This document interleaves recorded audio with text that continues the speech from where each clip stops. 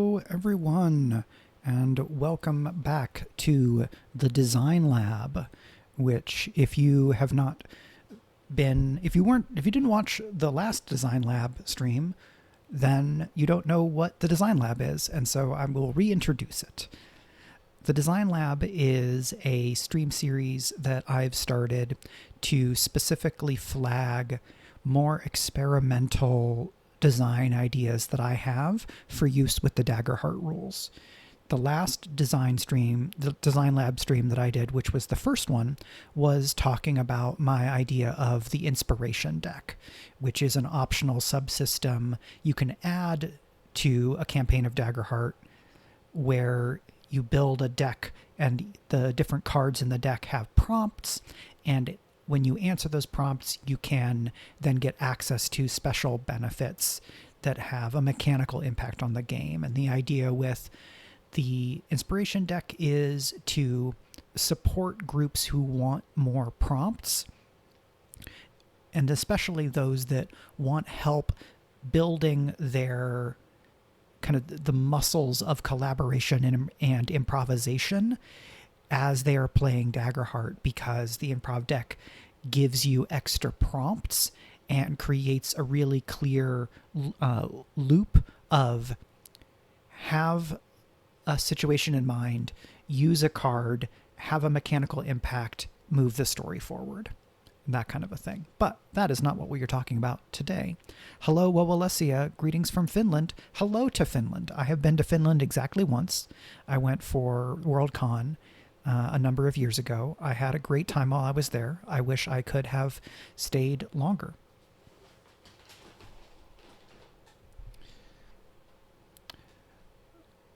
Common disclaimers, standard disclaimers for my Daggerheart streams. As you can see from the text down here, this is not official content of Darrington Press or Critical Role.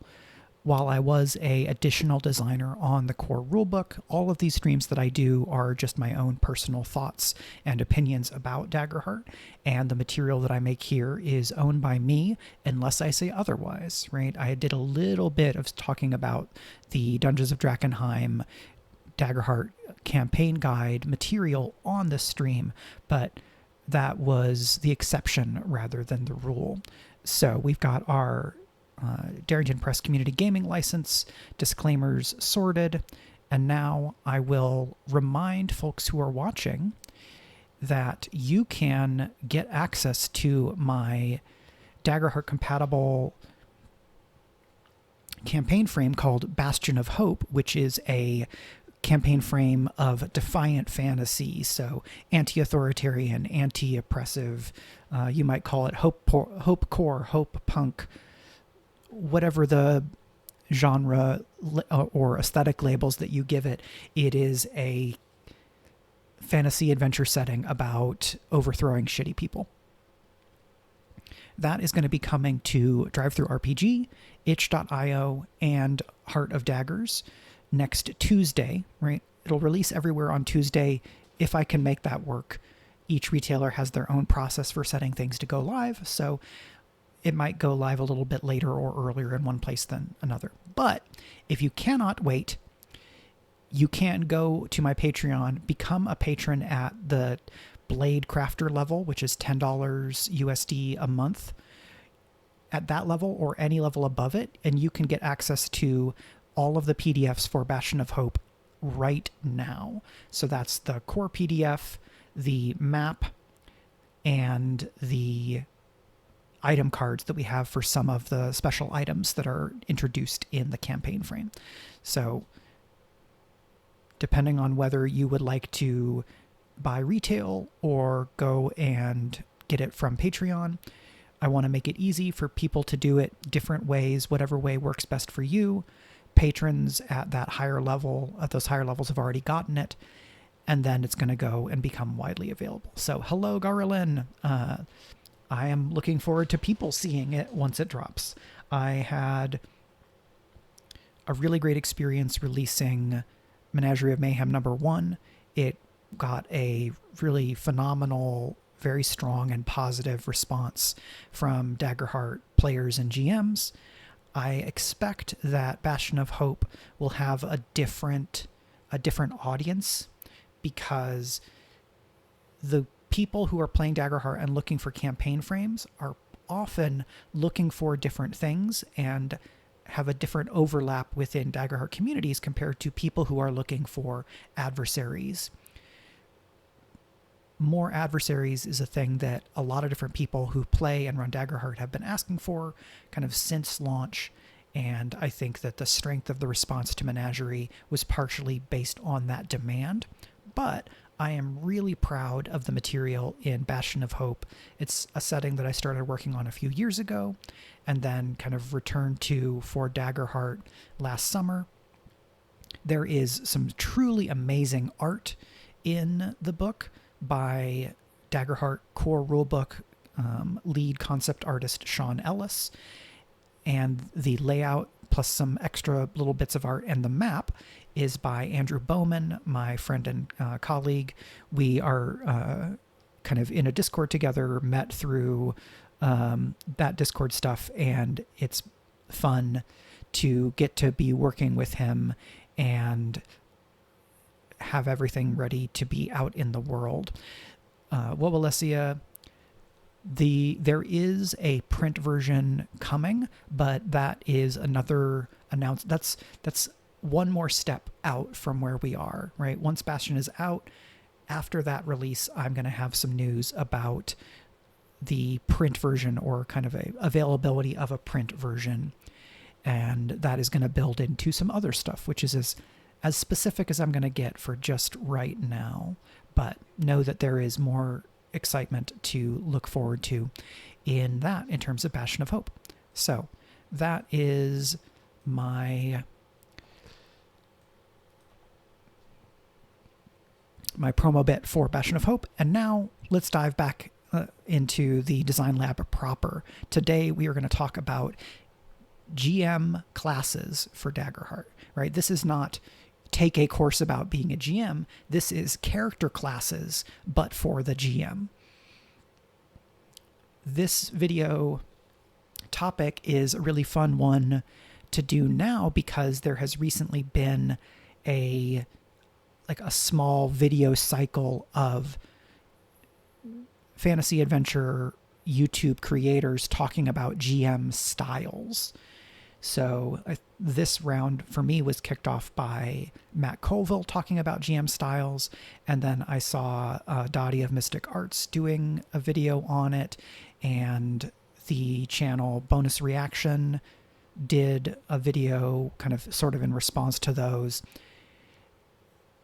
The GM classes idea for Daggerheart is not explicitly about GM style, but it does overlap with GM style because I think that this is an option for players that want to emphasize a particular approach or stance in their GMing and have some mechanical guidance on what that might look like or how to utilize some extra rules to emphasize that aspect or that approach to GMing.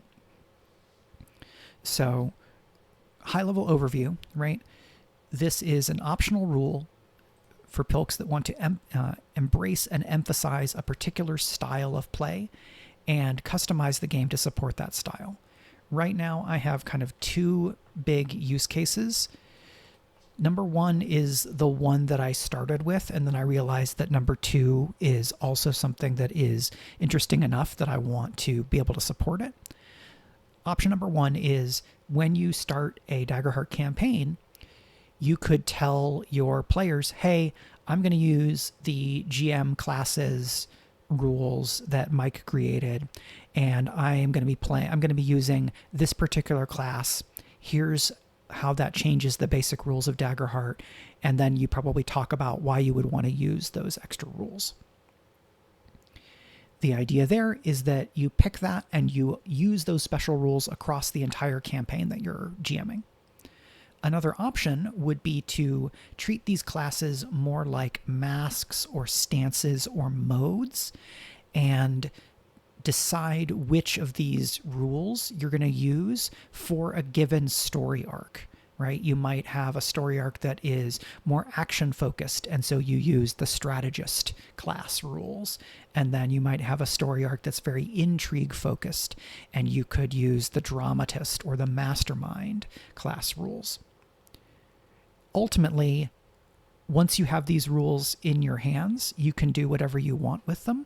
I want to provide some guidance on how I think they can be used to enhance or support different types of play. And like the inspiration deck, they are designed, like I'm designing them with an eye toward addressing some questions or needs that folks have identified within Daggerheart communities. So, with that said, hello, the Urban Avian, and thank you for following the channel. Shout out also to Garland for following late yesterday. So, moving forward, first thing I want to do is I want to shout out a couple of game projects that helped inspire me to go ahead and develop this system. The first is a game called Girlframe by Isabel Rubsat. Rubsat. I apologize, Isabel. I thought I knew how to pronounce your name better than I actually did. And also to Your Hand Is Not Your Hand by Michelle Jones. This is a supplement for the RPG Kane, also inspired by the approach for giving the GM a set of rules representing kind of the persona that they adopt that comes from Girlframe itself. Girlframe is, to me, the first RPG that I know of that is pretty consciously in the mechsploitation genre, which is, as I understand it, a genre of science fiction fantasy that is about kind of power play dynamics between mech pilots and their handlers. There is a lot of stuff out there about mechsploitation. It's a genre I'm not especially well versed in, so go elsewhere if you are curious to know more about what is up with that. Right now I have 5 GM classes, but one of them is actually just use the standard rules of Daggerheart, and that is the foil. What we'll note is that there's a few, the classes have a few elements in the same way that Daggerheart classes have starting evasion, starting hit points, a hope feature, and then class features. These rules, which are meant to be used with Daggerheart, right? Again, because this is community content, not official content. A Daggerheart-compatible class in this style has a fear maximum, right? How much fear can you hold, which defaults to 12 in the core game, and then how much fear you start the campaign with. Or if you're using it in this mask's persona fashion, it might be how much fear you start that story arc with. And then you have the class features. Jumping down to the first of the kind of the new GM classes, I have the dramatist. You play the dramatist if you want to emphasize the interpersonal relationships between NPCs and PCs, as well as the inner lives of the characters. A dramatist has a max fear of 12, which is standard, and they start with a number of fear equal to the player count. The dramatist has a fear feature and then 2 class features. The fear feature is knife in the gut. And this is a GM action that you can take, right? I've given these the structure, and I'm using the grammar of adversary and environment features in Daggerheart, just to make it really easy, maximally easy to understand. Spend a number of fear equal to 3 times the party's tier, right? So if they're level 1 characters who are tier 1, you spend 3 fear. If they're level 5 and they're tier 3, you would spend 9 fear. So this can be a really big fear expenditure, and here's why.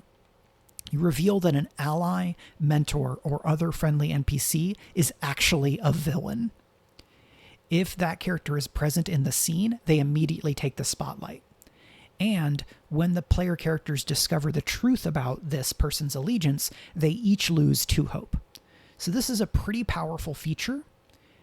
And the farther into the campaign you go, the more of a huge shock it would be for a friendly character to turn out to actually be a villain.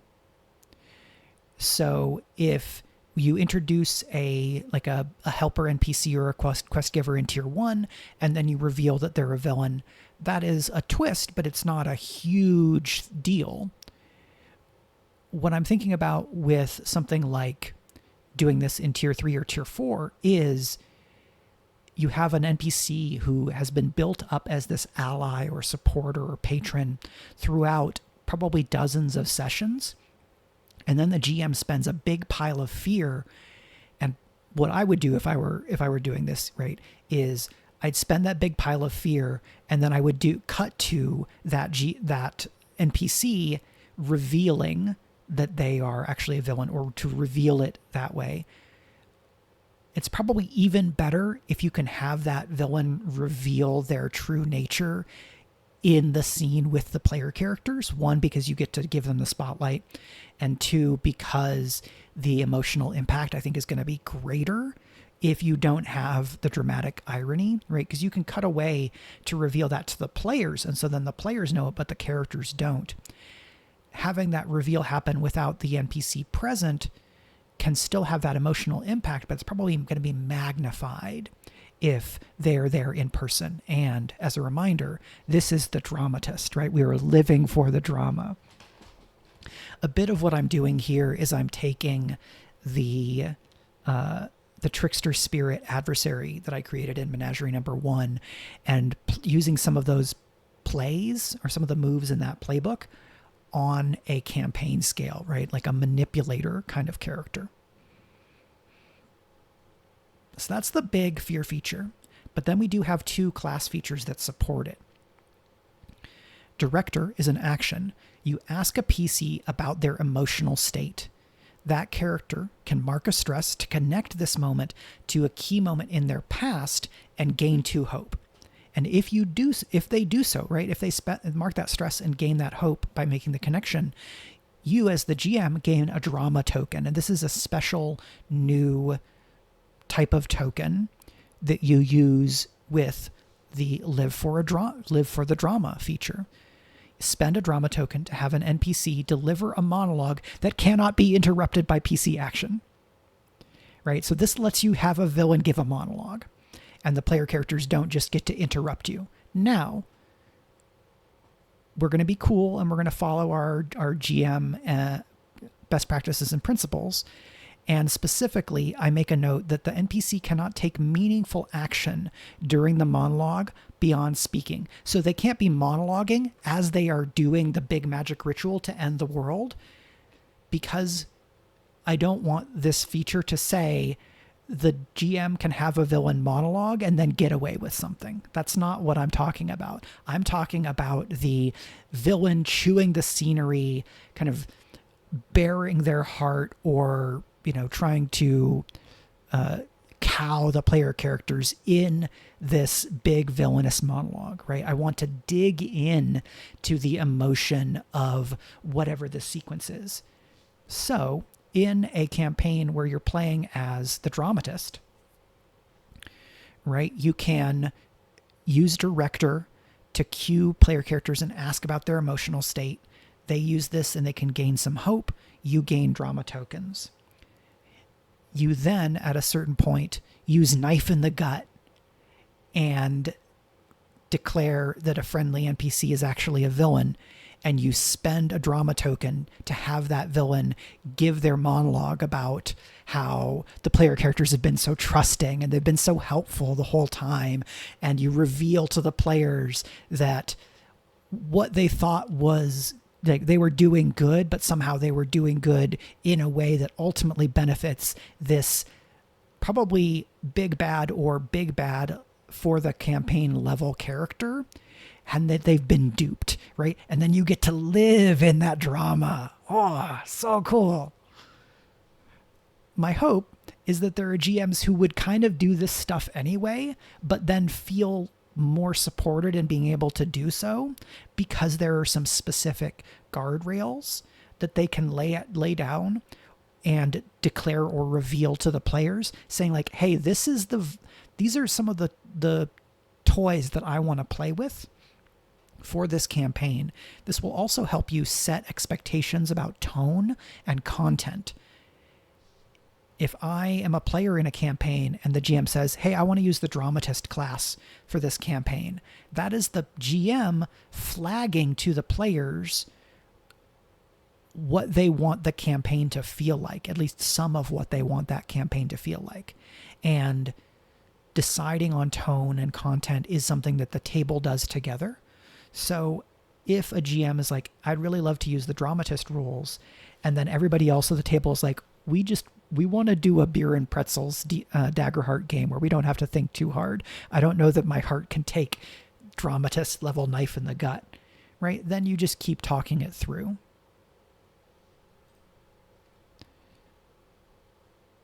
Garland, I'm very glad that you like the vibe here. I'm pretty happy with that one where it is. It might be fun to connect the drama token ecology to the knife in the gut a little bit more directly, but that's TBD. I haven't gotten to playtest these at an actual table yet, and that's one of the next steps for me. All right, the second of our kind of new classes, because the foil doesn't count, is the facilitator. Play the facilitator if you want to focus on building the world together with your players and discovering the story through play. They have a max fear of 11 and start with a number of fear equal to the number of players plus 1. So they have a little bit of a lower cap, but they start with a little bit more fear. Their fear feature is the Build a Beast workshop, which is a reaction. When an adversary is introduced, spend 3 fear and ask the players about a dangerous feature, ability, or weapon that that creature possesses. Each player that provides an answer will gain a hope, right? So there's an incentivization for the player. Then, when you integrate an element of the adversary using an answer given by the players, you can mark a stress on that adversary to re-roll an attack or reaction roll and take the new result. So you're investing fear into an adversary, inviting the players to collaborate with you in kind of detailing and co-creating this adversary.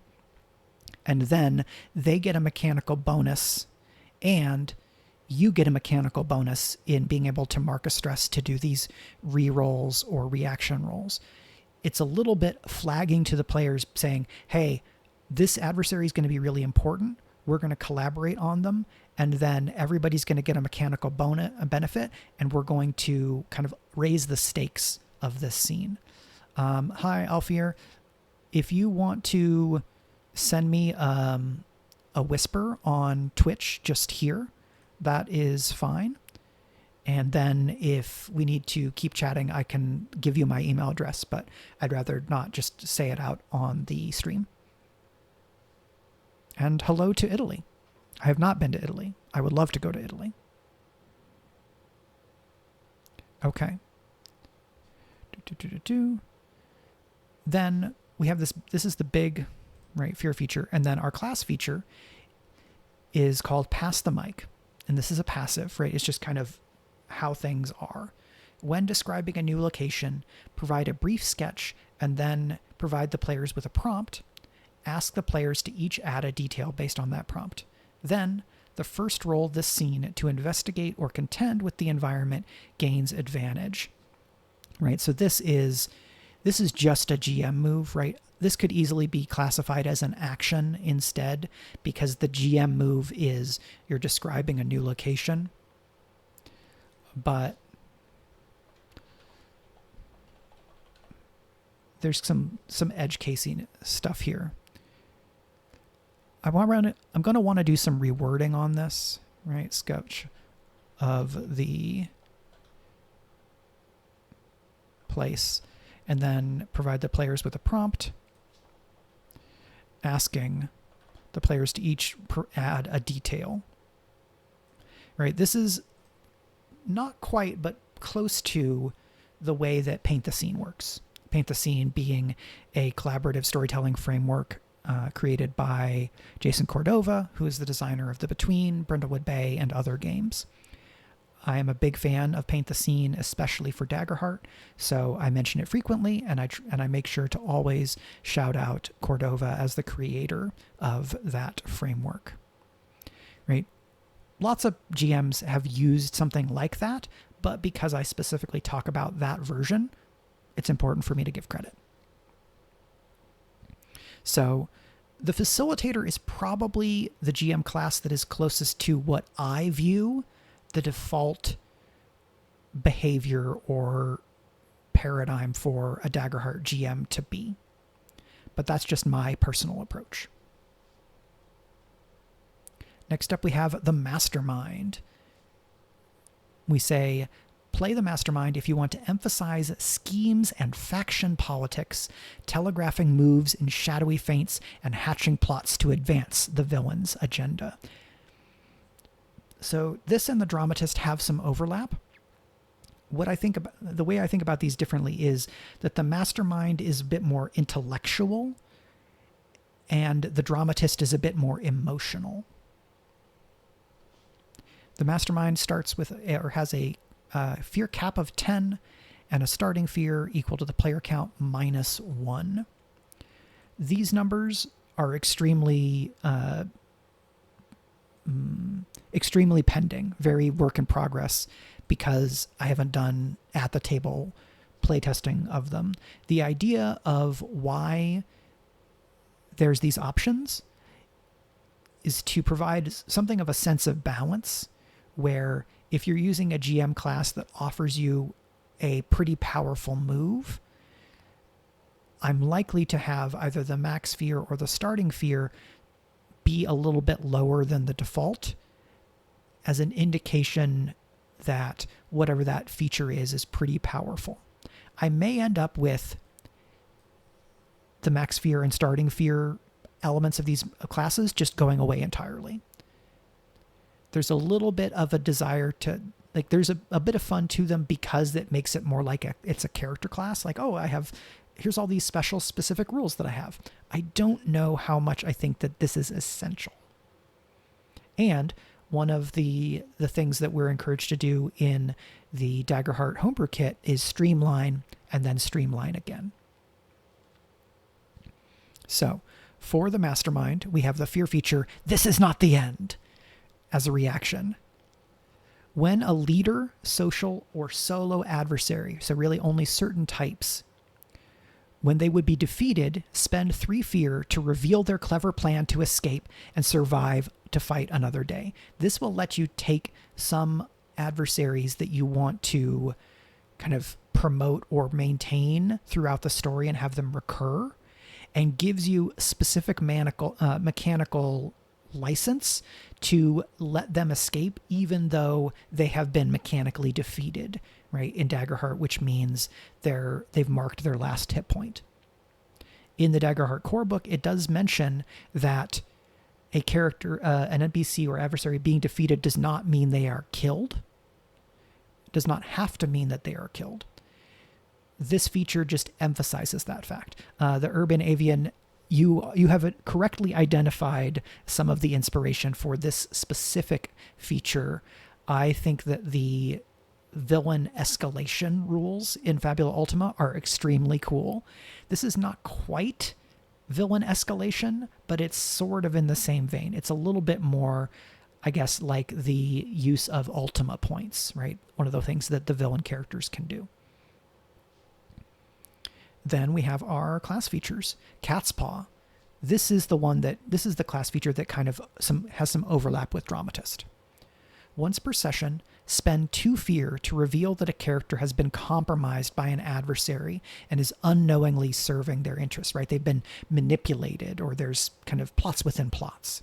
Spend an additional fear to reveal that that target is a willing agent unless the party spends a number of hope equal to the size of the party, right? So I spend 2 fear and then an extra fear to say, not only is this town guard in the pocket of the necromancer, or like not only are they being blackmailed, they are actually unknowingly, right, would be they're being manipulated. And then the third fear would be they're being blackmailed and are acting on that necromancer's behalf directly. But when I do this, if I have 4 players, they can come together and spend some hope and say, no, actually, they're not doing this willingly. And we do an edit to whatever I was going to suggest.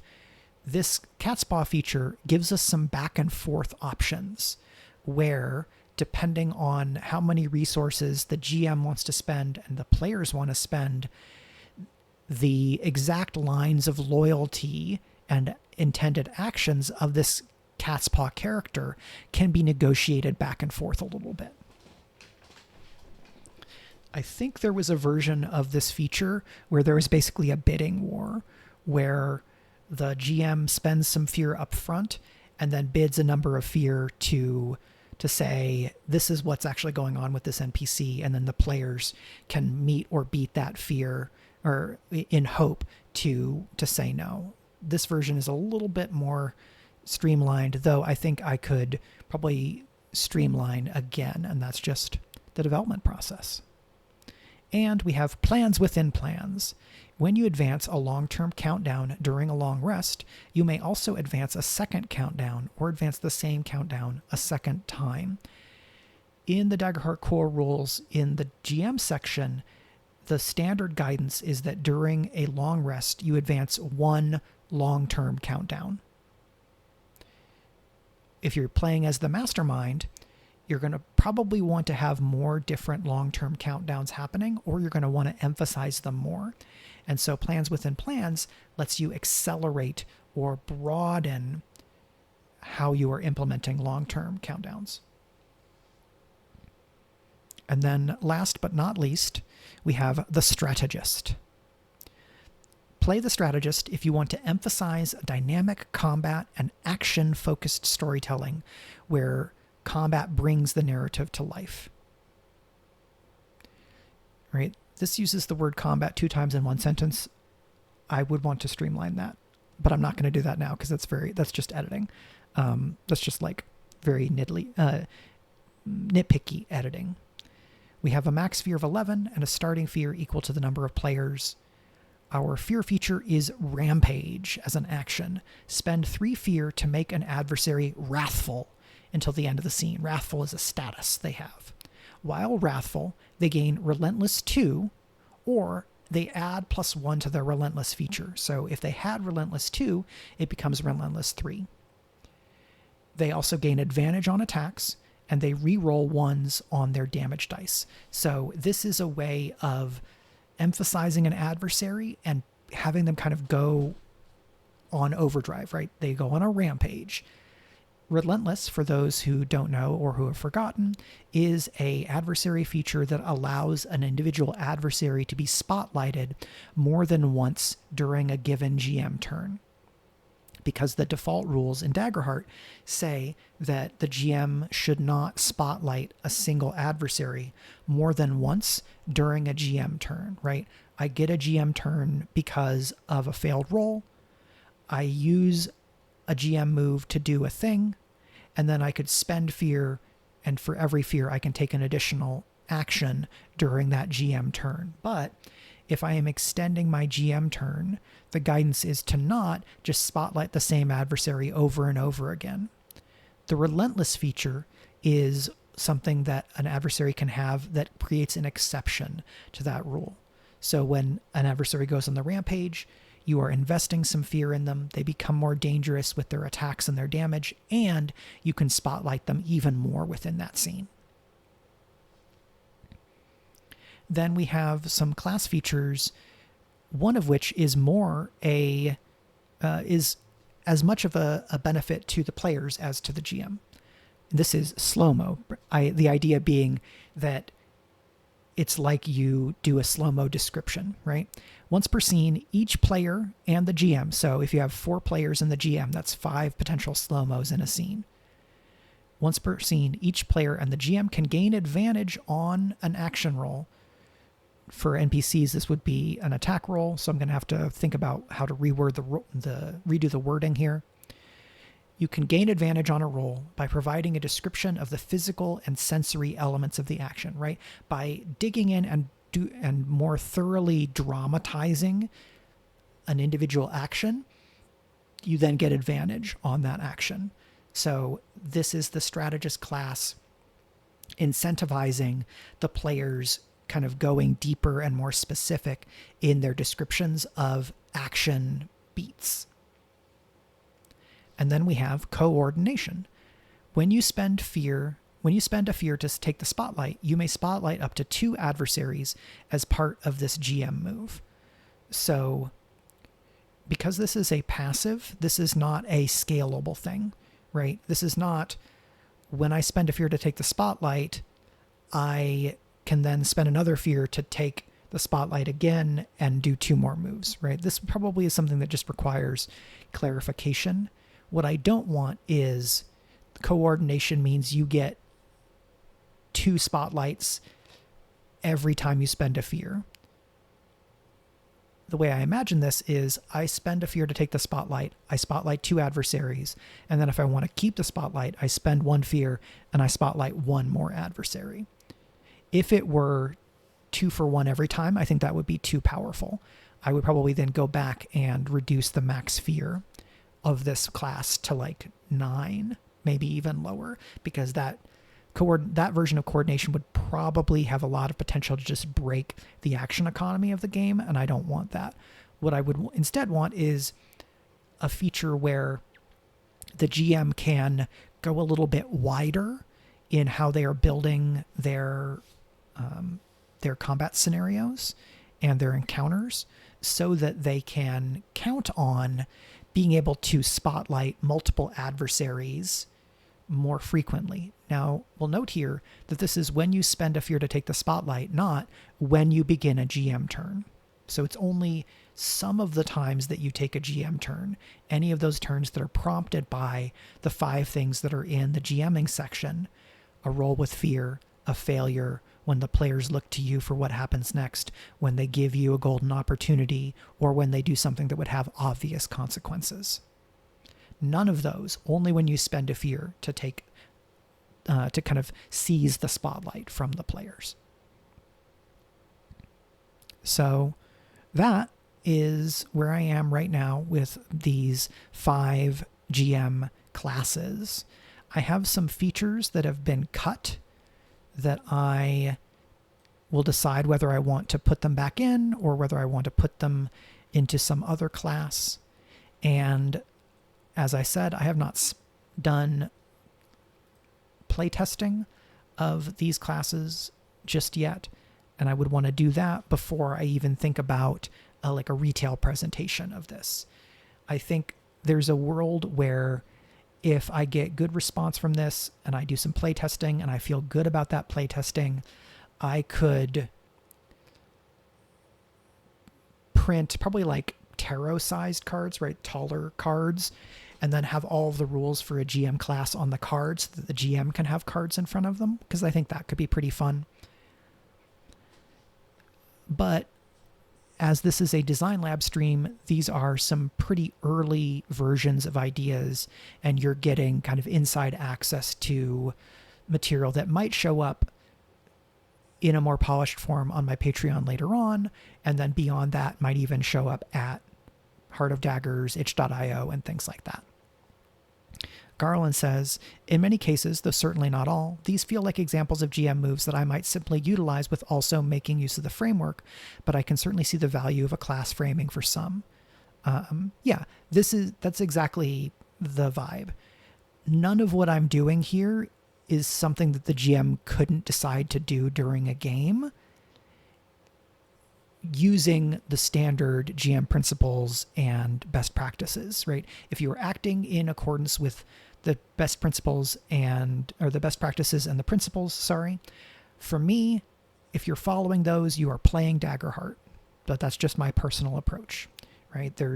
For me, a lot of the rules that are more specific, I see as manifestations of the principles and best practices. But again, that is me coming from a very strong Power by the Apocalypse and Forged in the Dark informed design paradigm. and I do not have final say on what Daggerheart is. Absolutely do not have final say. I have final say on what I think about Daggerheart is, and if I'm GMing, I have the kind of GM final say. But for me, it's a collaborative game, and I don't want to want to not be a dictator.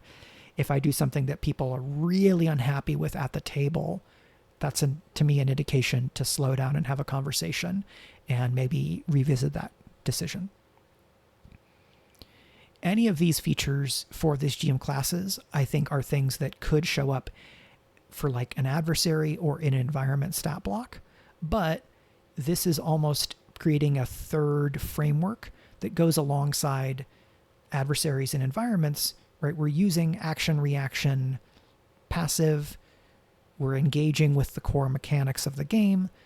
But again, like the inspiration deck, I view this GM class's structure as optional additional structure that may be inspirational or supportive of players, and specifically here, GMs, who might not have felt comfortable doing those things on their own or might not have thought to do those things on their own, but when given the structure and the support, are excited to utilize that because it actually helps them play the game the way that they would like to.